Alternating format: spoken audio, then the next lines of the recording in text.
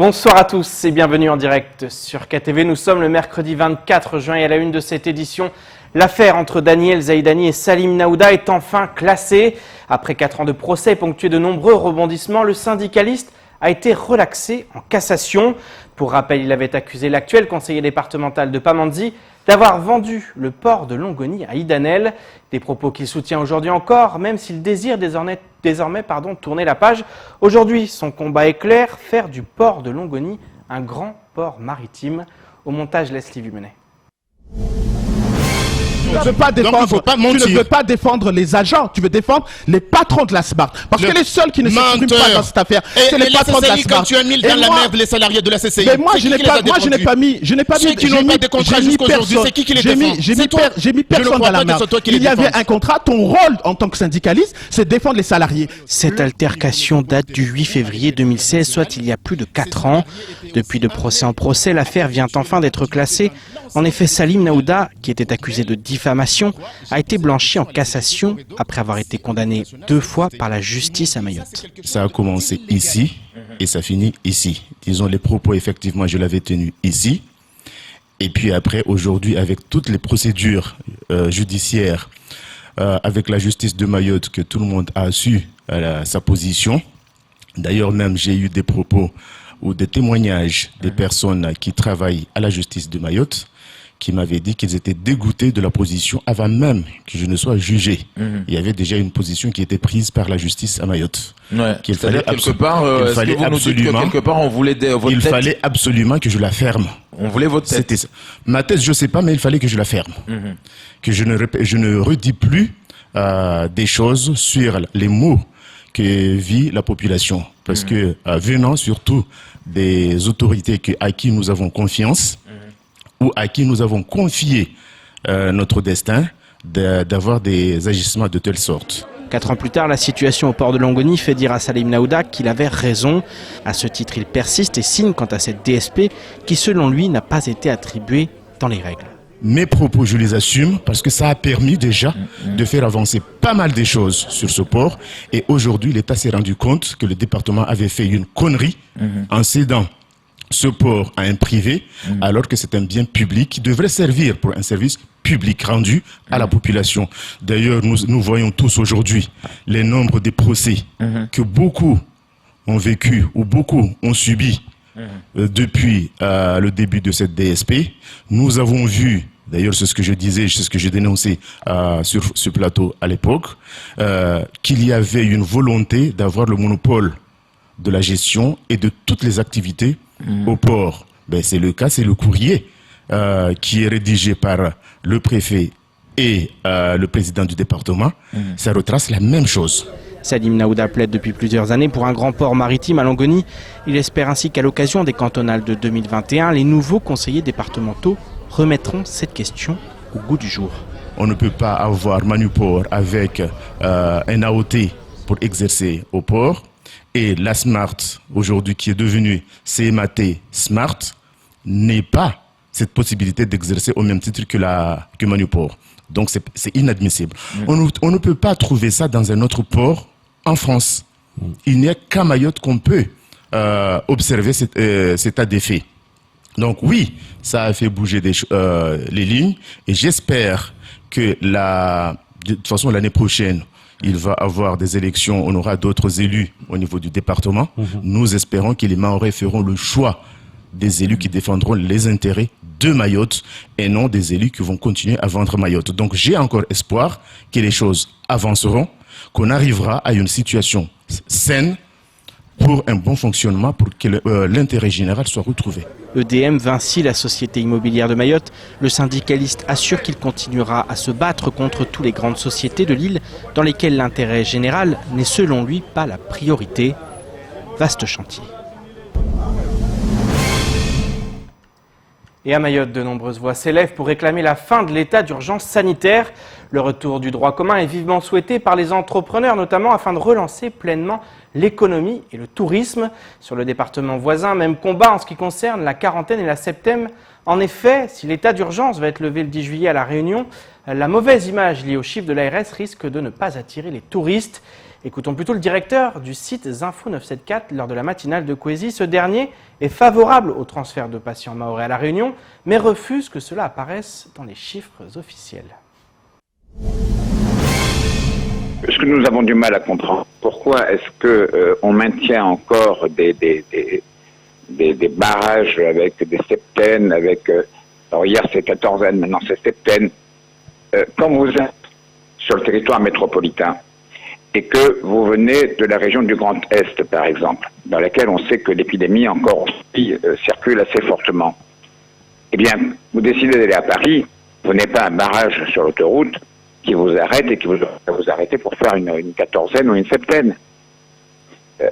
Nous avons une situation à La Réunion qui a l'avantage d'être moins grave qu'ailleurs, puisque nous n'avons eu, nous, jusqu'ici, aucun mort. D'ailleurs, là aussi c'est pareil. Quand il y a eu un mort à La Réunion, on a dit un mort à La Réunion. Ce n'est pas un mort à La Réunion. C'est un patient mahorais qui avait été évacué sur La Réunion et qui est mort ici. Donc, dans tous les communiqués officiels aujourd'hui, dans toutes les statistiques officielles, on retient qu'il y a eu un mort à La Réunion. Voilà un exemple, par exemple, en quoi les communiqués sont trompeurs.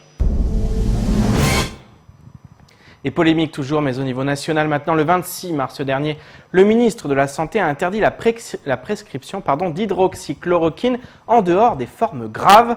En cause, le médicament comporterait des effets secondaires cardiaques. Ce n'est pas l'avis du professeur Didier Raoult, qui de son côté le préconise contre le Covid-19. Une bataille féroce est ainsi déclenchée sur le sujet. Et si aujourd'hui l'hydroxychloroquine a été retirée de tous les essais cliniques en cours, le débat, lui, est loin d'être terminé. Regardons plutôt ce sujet diffusé par nos confrères de TF1. Jamais un médicament n'aura déclenché de telles crispations entre scientifiques. L'hydroxychloroquine, une vieille molécule contre le paludisme, accessible sans ordonnance jusqu'à janvier dernier. Tout est parti de cet hôpital marseillais où très vite de longues files d'attente de patients se sont formées. On était là à 6h30 ce matin. J'arrive de Montpellier. Ici, on teste en masse et on délivre surtout l'hydroxychloroquine associée à un antibiotique contre le Covid. C'est ce que préconise le professeur Didier Raoult depuis fin février et il n'en démordra pas. On confirme qu'on a une mortalité qui est inférieure à 0,5% pour l'instant, ce qui est un des résultats ou le résultat le plus spectaculaire actuellement au monde. Les gens sont devenus fous, d'ailleurs qu'on était en face du médicament le plus dangereux du monde. Car de vifs débats se sont engagés entre le professeur Raoult et d'autres médecins qui très vite ont mis en doute ces études.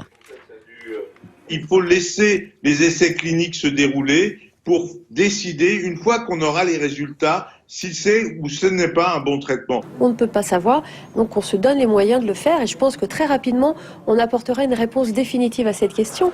À cette période, les prescriptions d'hydroxychloroquine explosent à Marseille, à Paris ou encore en Corse, au risque de créer une pénurie.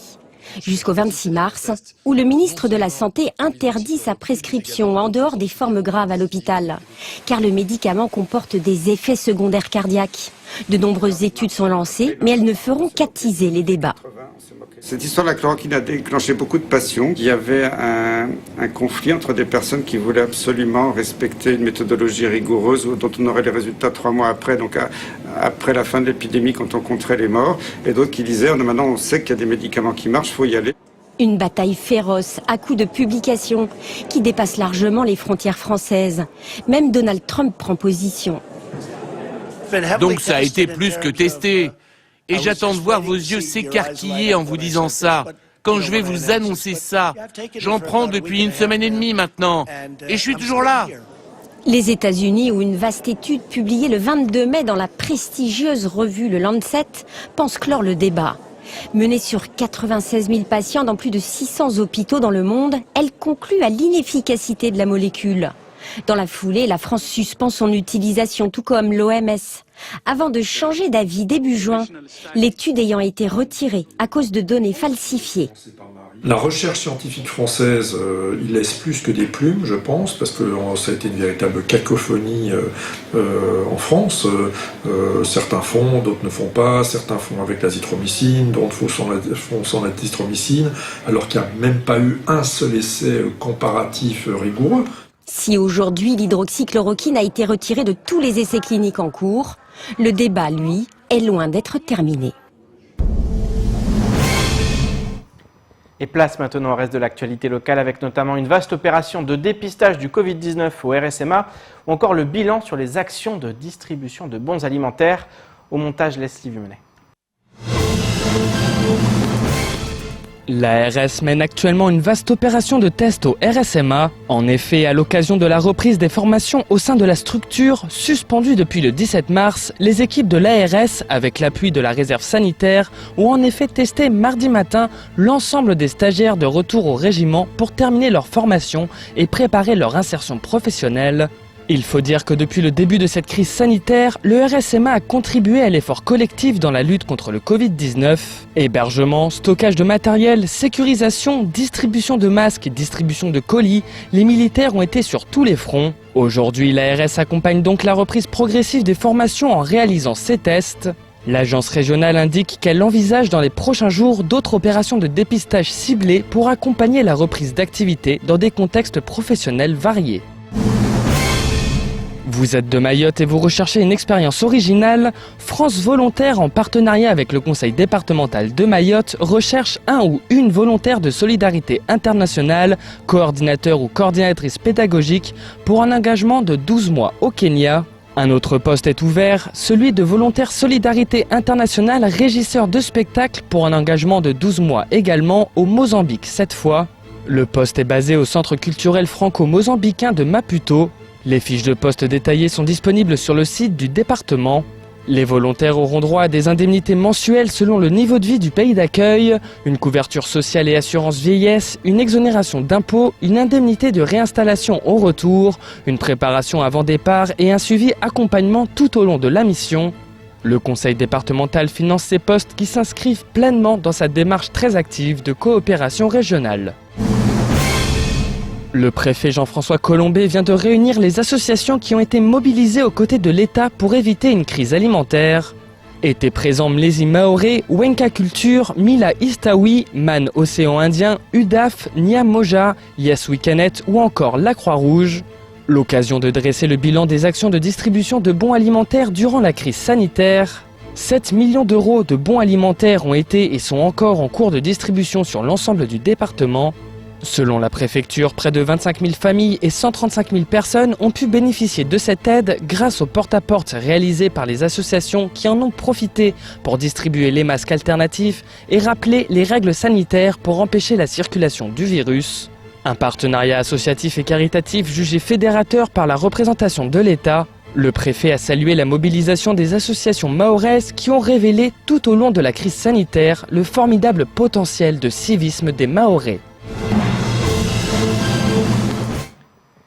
Et le 8 juin dernier, à l'occasion de la journée de la mer, l'ONG Sea Shepherd, bien connue à Mayotte avec les différentes opérations Nyamba, a lancé une nouvelle campagne ayant pour but de récompenser les dénonciations de braconniers, consommateurs et commanditaires.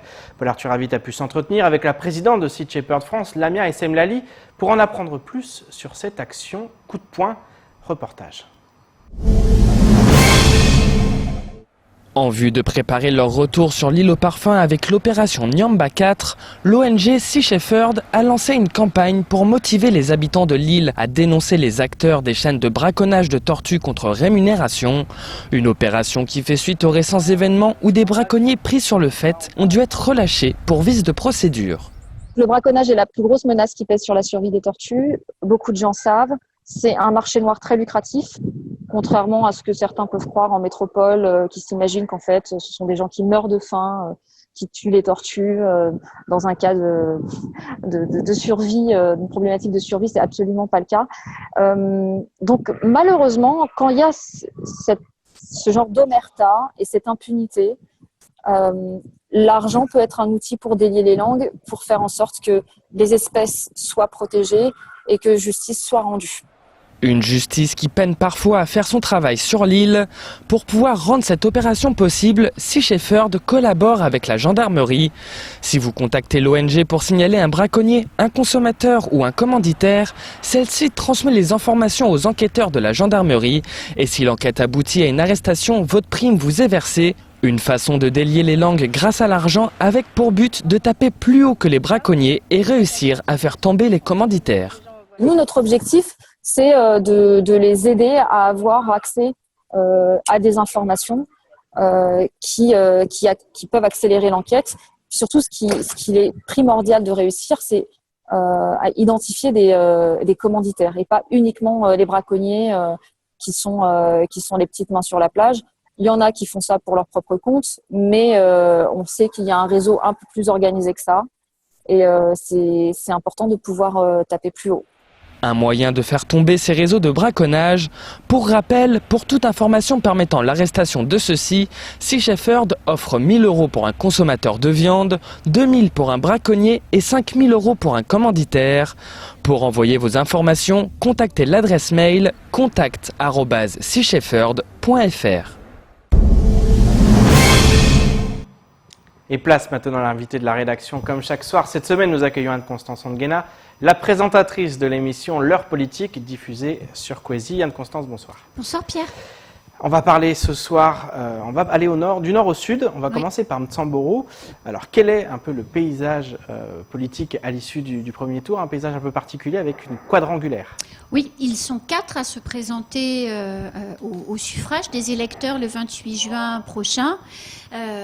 C'est un paysage politique un peu confus côté MDM, où finalement le maire a rassemblé autour de lui beaucoup des protagonistes MDM, mais il reste une candidature MDM également, donc c'est un peu voilà.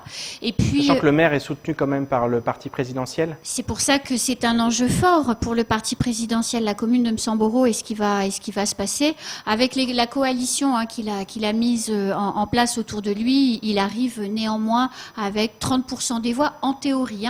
Pour le second tour, donc dans une quadrangulaire, c'est un très bon score. Maintenant, comment va se passer les reports de voix? Quand c'est très confus comme ça, c'est pas toujours simple pour les électeurs de se repérer. D'autant qu'au premier tour, c'était relativement serré entre les 4 personnes arrivées au second tour. Alors il y avait les 2 premiers protagonistes effectivement avaient plus de 25% des voix et puis les 2 seconds étaient autour de 15. Donc effectivement Aruna Kolo n'était pas en tête. Néanmoins maintenant avec l'alliance qu'il a constituée, il se positionne assez favorablement, oui. Alors quels sont les grands enjeux dans cette commune du nord de l'île? Sur quoi il va falloir effectivement travailler dans un premier temps? Alors les 4 candidats ont envie de développer le tourisme de manière différente, ils le conçoivent de manière différente chacun, mais le tourisme est au cœur des problématiques des 4 candidats.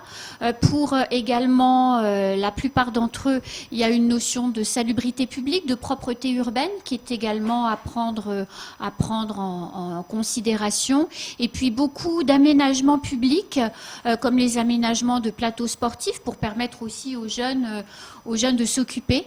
Donc voilà, on est sur des enjeux comme cela.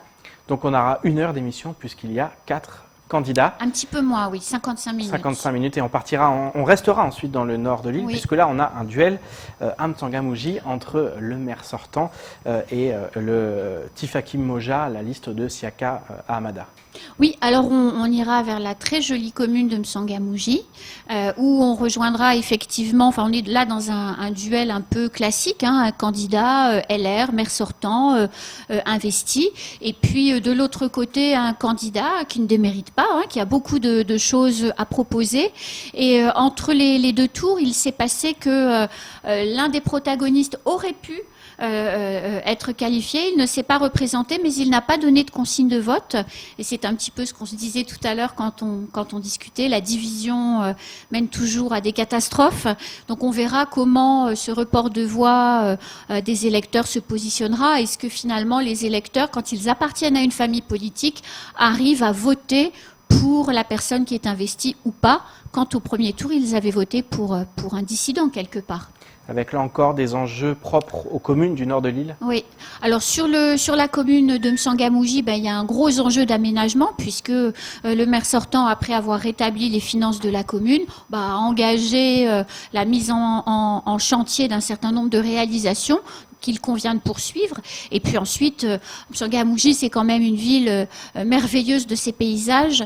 Donc il y a la lagune d'Ambato, il y a la très jolie baie de Mlia, il y a de très nombreux sites qui sont à valoriser et que les candidats ont envie de mettre en valeur. Et puis le maire sortant a aussi des projets de reconstruction d'un village et de l'aménager de manière touristique. Donc il nous parlera de tout ça tout à l'heure. On aura 26 minutes effectivement 26 minutes pour Msanga-Mouji, tout à fait. Et on ira ensuite tout au sud de l'île puisque on conclura cette soirée de débat politique avec Kanikeli où là on a une triangulaire. On a une triangulaire à Kanikeli avec également un jeu qui est très ouvert puisque au départ il y avait de nombreuses listes, elles étaient 5. 3 se sont donc qualifiés. Pour mémoire, Ahmed Swali se représentait mais ne s'est pas qualifié pour le second tour. Et donc les voix s'éparpillent un peu sur tous les candidats puisque les jeux sont ouverts. Les jeux sont ouverts puisque l'un des opposants a récupéré 5 des adjoints sur 8 du maire, pendant que d'autres sont partis sur d'autres listes. Donc c'est confus encore, mais assez ouvert en termes de jeu politique, avec des enjeux forts à Kanikeli. Quelles sont les priorités pour une commune comme Kanikeli, du sud de l'île, où on sait que le tourisme notamment est important? La gestion du retrait du trait de côte, un peu comme à quoi, il y a des problématiques fortes qui touchent les gens dans leur chair, puisque effectivement, quand il faut quitter sa maison, il faut la quitter. Donc ils ont des ambitions fortes pour protéger les côtes. Et puis, il y a une école qui s'effondre. Alors, qu'est-ce qu'ils vont faire? Chacun ne voit pas les choses de la même manière. Donc, c'est assez intéressant de pouvoir les écouter, puisque ça concerne les électeurs, surtout ceux qui ont leurs enfants dans cette école. Donc, voilà. La commune de Kanikeli, elle est toute petite, mais c'est celle qui a le plus d'ambition de toutes les communes en matière de sport, puisque dans le cadre de l'organisation des Jeux des îles, ils ont l'ambition d'accueillir des compétitions. Et donc tous les candidats vont se battre pour avoir un gymnase. Donc je pense qu'on peut se dire que dans quelques années, il y aura un gymnase à Kanikeli, quel que soit le maire. Merci beaucoup Anne-Constance. On vous retrouve bien entendu à 19h30 dans quelques minutes pour ces 3 débats passionnants du nord au sud. Restez bien avec nous. C'est ainsi que s'achève cette édition. Merci de nous rester fidèles sur KTV. Pour ma part, je vous donne rendez-vous demain dès 19h pour tout connaître de l'actualité locale. Restez bien avec nous. Excellente soirée sur Coty.